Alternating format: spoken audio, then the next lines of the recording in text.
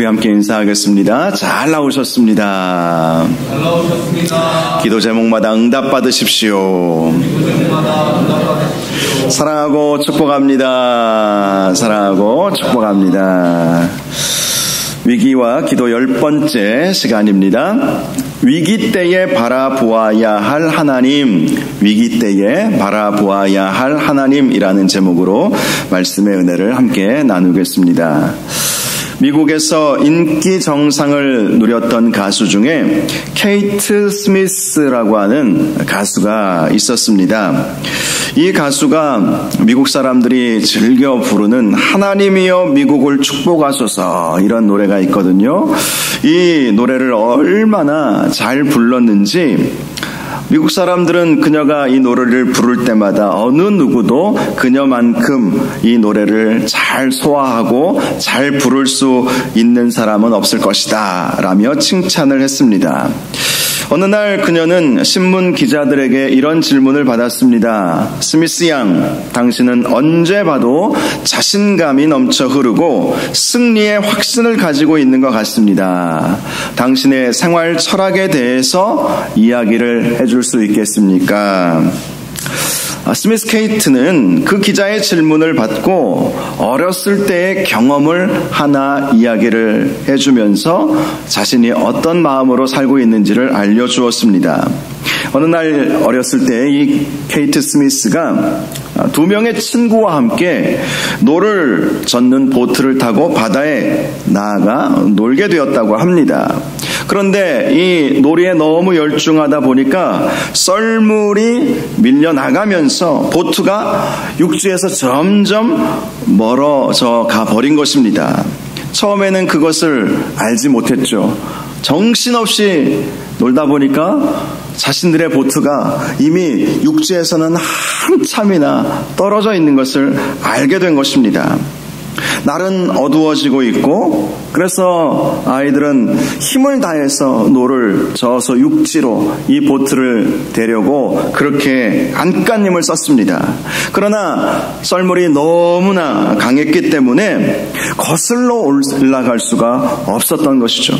점점 보트는 더 멀어져 갈 뿐이었습니다. 그들의 힘만으로는 도저히 아무것도 할 수 없는 지경에 이르게 된 것이죠. 그때 어린 스미스는 성경 말씀이 떠올랐습니다. 2-3 사람이 합심으로 기도하면 하나님께서 도우신다. 이런 말씀이 생각이 나서 함께 있었던 2명의 친구와 함께 이 세 친구가 손을 맞잡고 기도밖에는 없다 하면서 간절히 기도하기 시작했던 거예요. 얼마나 기도했는지 모릅니다. 한참을 기도했는데 멀리서 불빛 하나가 점점 자신들 쪽으로 다가오는 것을 발견했습니다. 그리고 은혜로, 기도의 응답으로 그들은 구조가 될 수 있었다는 거예요. 어찌 보면 우리의 인생 가운데 이러한 일들은 종종 경험되는 일이기도 합니다. 갑작스럽게 예기치 않게 위기의 때를 만나게 될 때 하나님 도우십시오. 하나님 도우십시오. 믿지 않는 사람들도 하나님 도우십시오. 도와주십시오. 이렇게 고백했다는 제가 이야기도 들어보았어요. 예전에 부산에서 부목사로 사역했을 때 탈북자 중에 한 분이 그분은 북한에서 예수 믿었던 분이 아니거든요. 뭐 예수님을 알 수나 있었나요? 그런데 두만강을 건너서 탈북을 하는 그 과정 속에서 물살이 세차게 내려오는 거예요. 그래서 이제 막 물살을 견딜 수가 없어서 죽을 것 같더래요.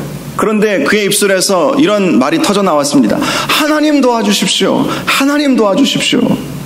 그랬더니 물살이 약해지고 자기가 건너서 중국 땅을 건너오게 되고 또 여러 가지 우여곡절을 거쳐서 남한 땅까지 오게 되었다는 거예요. 그리고 부산에 와서 첫 기독교 신방이라고 하는 것을 처음 받아본 거예요. 저에게 그 간증 아닌 간증을 해주는 거예요. 자기가 부산에 와서 이 남한 땅에 와서 교회를 찾을 수밖에 없었던 이유가 바로 거기 있었다는 거예요.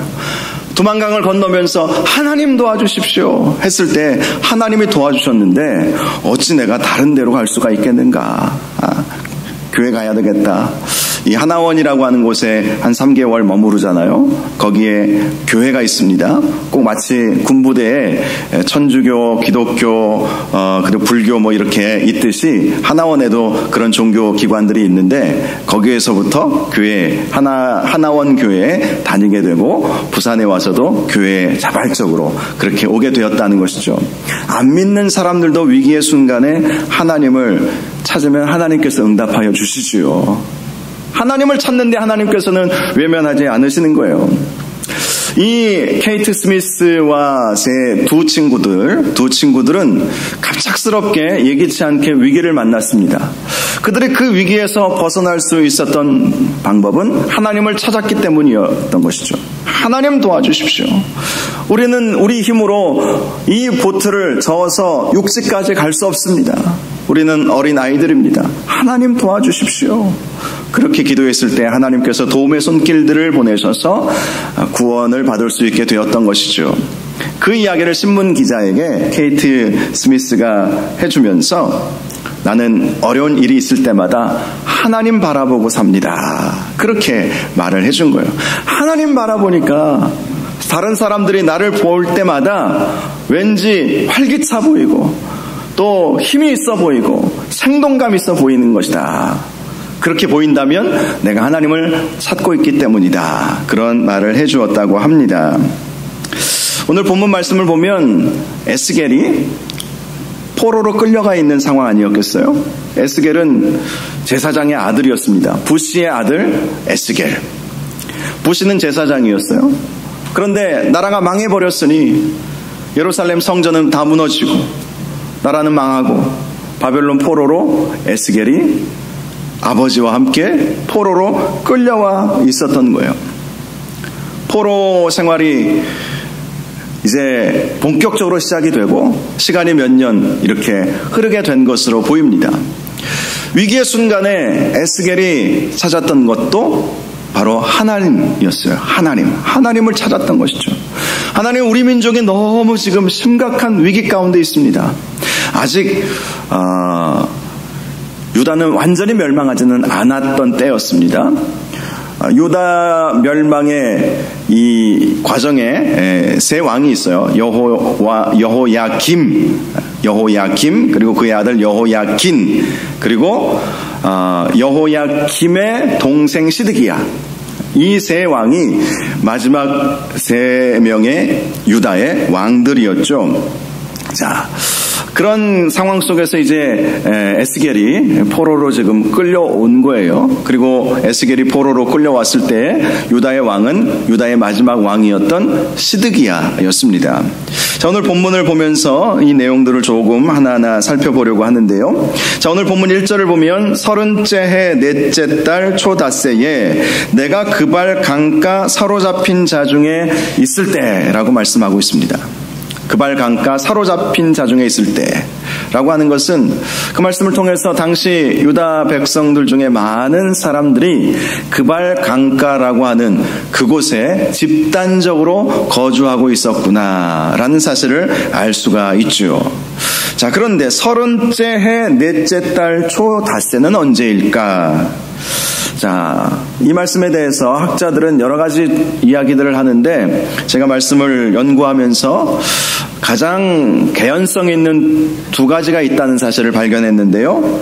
첫 번째는요, 에스겔의 나이가 30살이 되던 그 해라고 보는 것입니다. 보통 제사장들은요, 만 30살이 되면 제사장의 직무를 수행했어요. 제사장의 아들이었어도 만 30살이 되어야 제사장으로 임명받아서 그 사역을 수행할 수가 있었던 것이죠. 에스겔이 바로 그 자신의 나이 30살 되는 그때에 하나님으로부터 제사장으로 임명받아서 사역을 시작하게 되었다. 이렇게 보는 해석이 하나 있죠. 실제로 예수님도 30살이 되는 해에 공생의 사역을 시작하셨죠. 그리고 다른 교단은 잘 모르겠지만 거의 비슷해요. 저희 대한예수교 장로회 합동측 교단에도 만 30이 넘을 때에 목사 안수를 줘요. 바로 이러한 전통이 제사장 전통으로부터 내려온 것은 아닌가, 이런 생각을 해볼 수가 있습니다. 바로 자기가 30살 되었을 때에 제사장으로서의 소명을 받게 되었을 때에 라고 해석을 할 수 있다는 건 한 가지이고요. 두 번째는 이런 해석도 있습니다. 요시야의 종교개혁이 시행된 이후 30년째 되는 날이라고 그렇게 보는 것입니다. 요시야가 누구입니까? 종교개혁을 일으킨 왕이었죠. 그의 증조 할아버지가 히스기야였습니다. 그런데 히스기야의 아들은 므낫세였어요. 히스기야는 아주 선한 왕이었죠. 그런데 그의 아들 므낫세는 아주 악한 왕이었어요. 선한 왕 밑에서 악한 왕이 나와 버린 것입니다.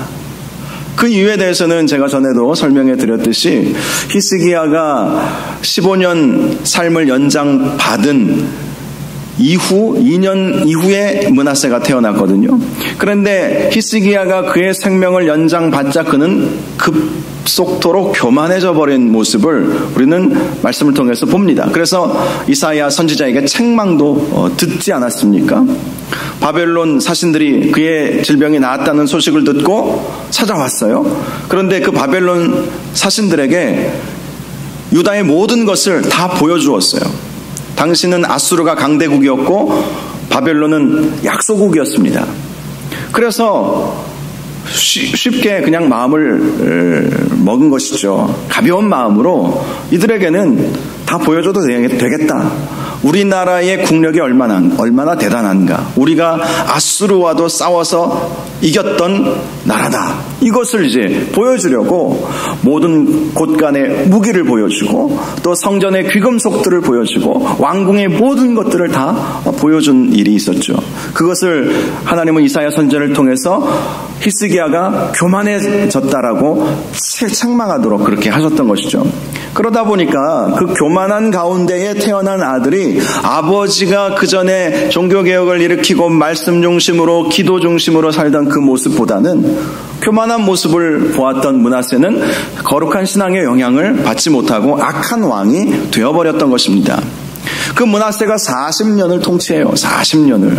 그러니 나라가 엉망이 되어버린 것이죠. 히스기야가 종교개혁을 일으켰지만 그것을 무너뜨리는데 시간이 그렇게 오래 걸릴 필요가 없었던 거예요. 그리고 그 죄악의 뿌리는 깊이 박혀버리고 말았습니다. 그리고 므낫세가 죽고 아몬이 왕이 되죠.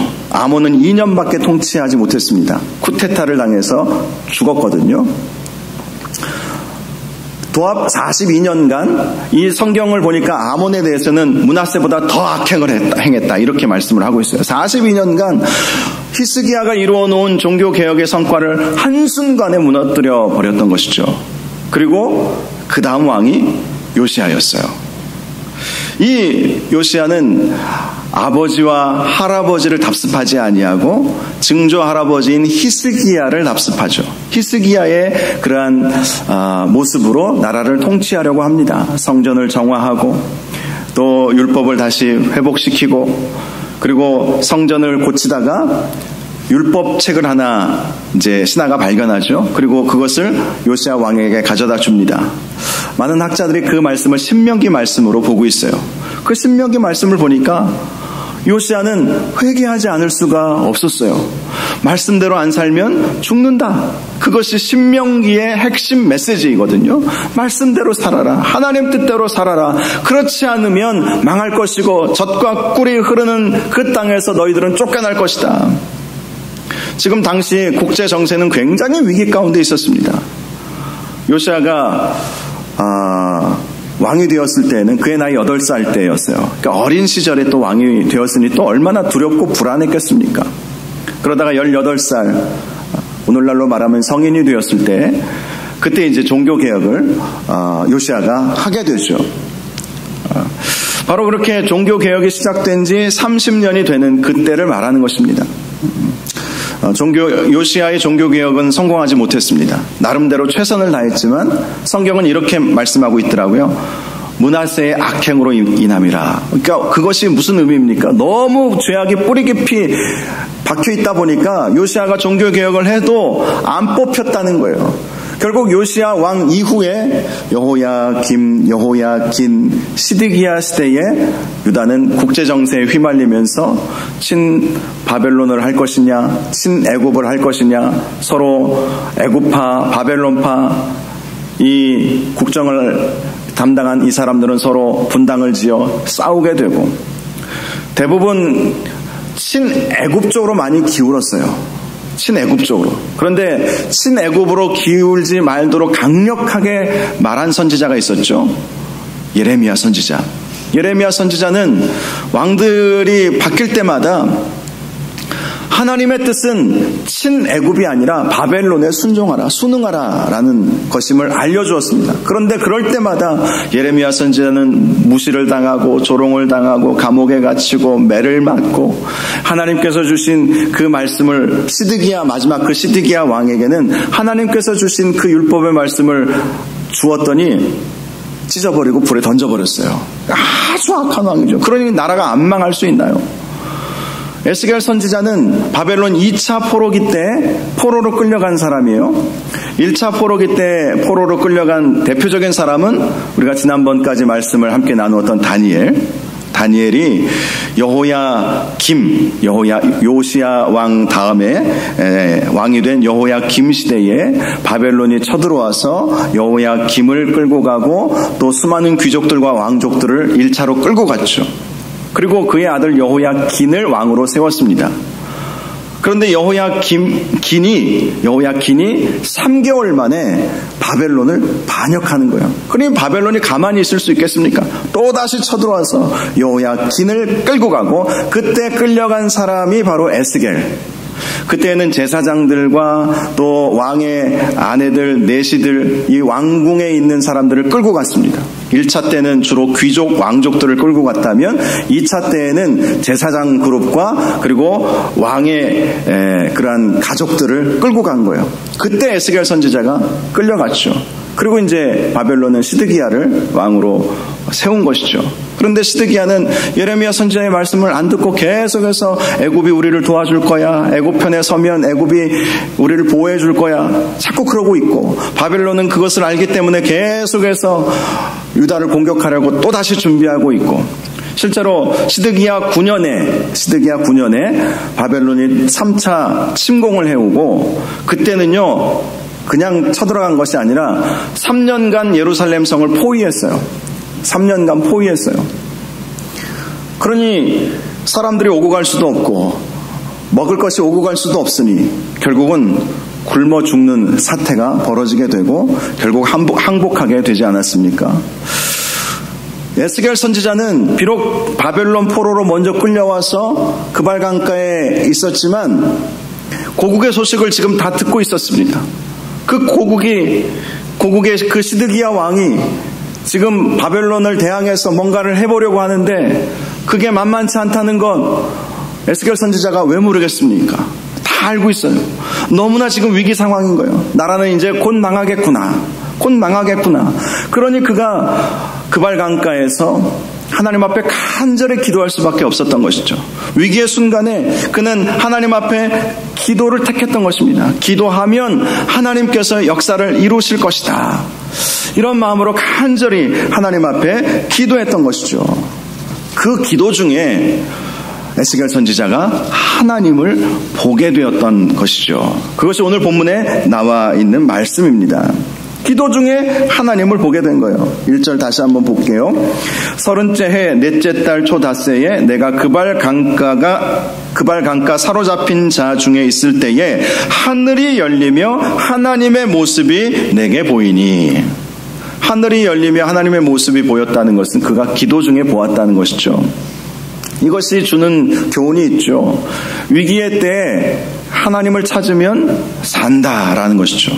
위기의 때에 하나님을 찾으면 산다. 물론 유다는 망했습니다. 왜 망했을까요? 유다가 하나님을 안 찾아서 망한 것이죠. 하나님을 찾으면 살 텐데 하나님을 안 찾으니 망한 거예요. 그것을 지금 에스겔 선지자를 통해서 우리에게 교훈해주고 있다는 것입니다. 2절을 보니까 여호야긴 왕이 사로잡힌 지 5년 그달 초 닷새라 이렇게 말씀을 하고 있습니다. 여호야긴은 여호야김의 아들이고 3개월 만에 포로로 끌려갔어요. 그때 에스겔도 함께 끌려갔어요. 그러니 에스겔 선지자가 포로로 끌려간 지는 5년째라는 것을 알 수가 있죠. 그 5년 동안 나라는 이제 망할 지경에 처해져 있고 또 포로로 끌려와 있는 유다 백성들은 노예 생활을 하고 있으니 얼마나 힘들고 어려웠겠습니까?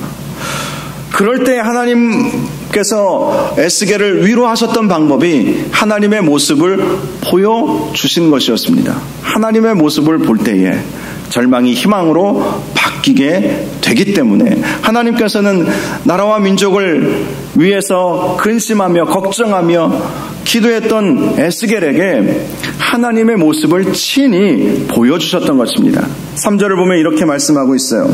갈대아 땅 그발 강가에서 여호와의 말씀이 부시의 아들 제사장 나 에스겔에게 특별히 임하고 여호와의 권능이 내 위에 있으니라. 특별한 은혜, 특별한 말씀의 은혜, 하나님께서 그에게 말씀을 부어주시고 그래서 이 에스겔서를 기록할 수 있게 되었던 것이죠. 그리고 여호와의 권능이라고 하는 것은 성령의 충만함을 의미하는 것이죠. 위기의 순간에 하나님을 바라보니까 하나님께서 말씀을 부어주시고 또 성령의 충만함을 주셨다는 거예요. 저와 여러분이 위기의 순간에 하나님 바라보셔서 하나님께서 우리에게 소망의 말씀을 주시고 또 성령의 충만함을 주시기를 주님의 이름으로 축원합니다.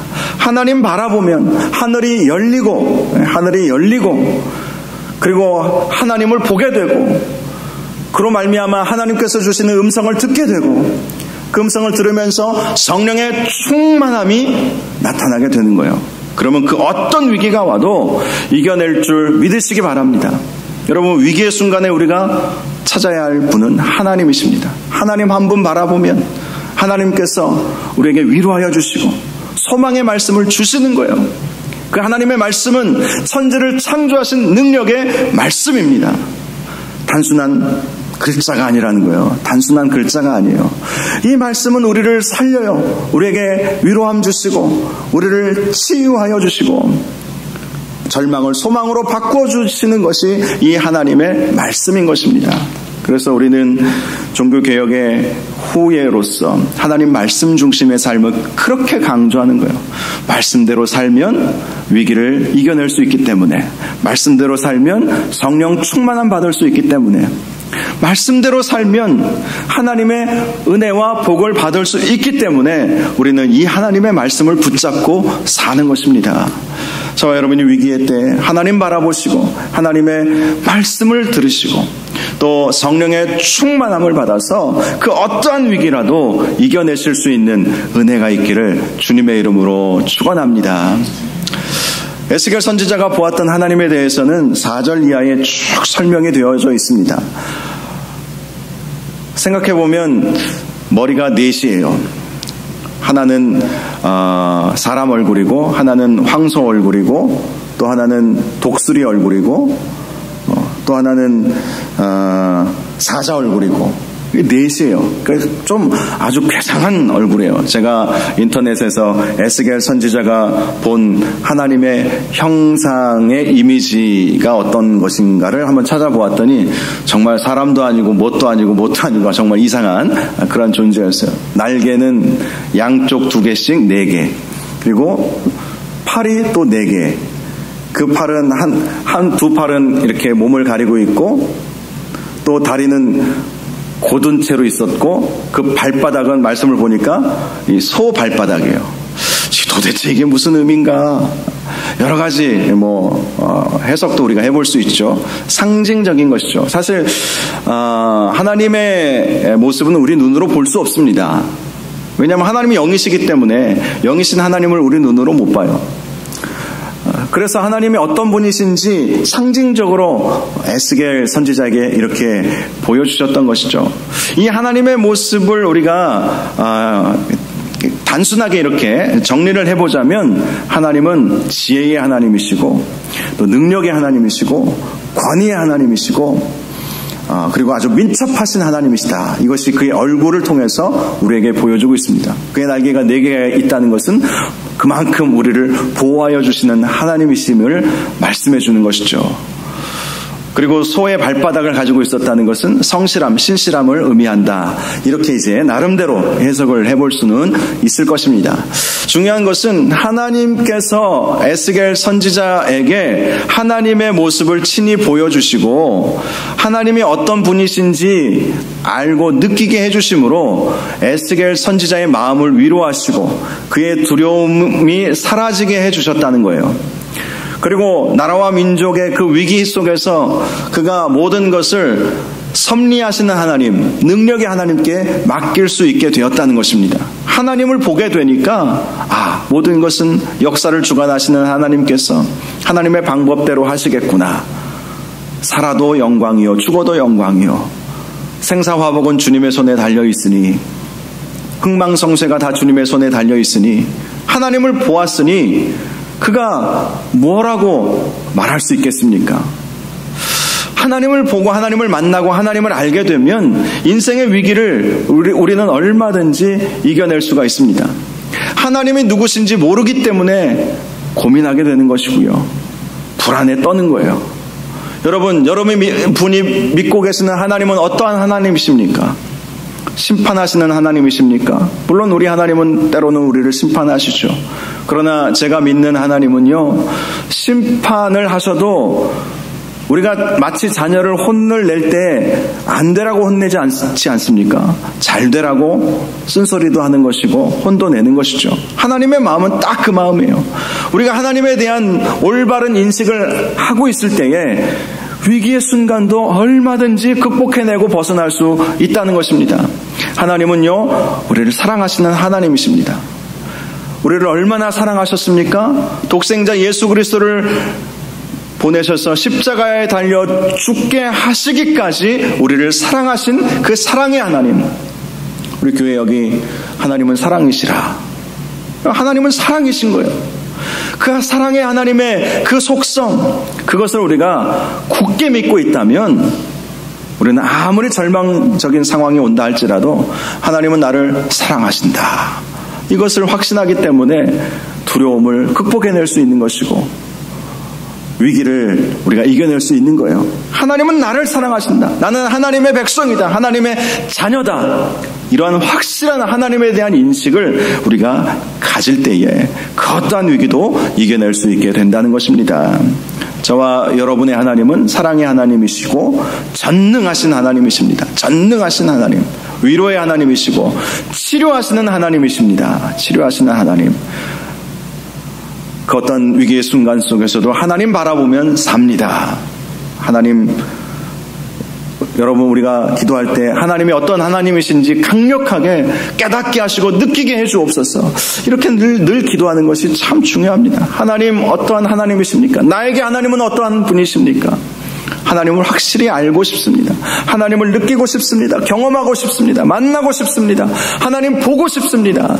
이렇게 기도하면 하나님께서 하나님을 우리에게 나타내 보여주셔요. 그러면 그 하나님을 만나게 되면 우리의 그 어떠한 인생의 위기가 온다 할지라도 이겨낼 수 있다는 사실을 꼭 기억하시고 우리가 항상 마음에 새겨야 됩니다. 이 케이트 스미스 이 가수가 그나마 그 위기의 순간에 두세 사람이 모여서 기도하면 하나님께서 도우신다는 그것을 알고 있었기에 기도함으로 그가 구원을 받을 수 있었던 것처럼 알고 마음에 새기는 것이 얼마나 중요한지 몰라요. 아무리 어려운 상황이 온다 할지라도 하나님은 나를 사랑하시고 나를 포기하지 아니하시고 나를 끝까지 책임지시는 하나님이심을 믿습니다.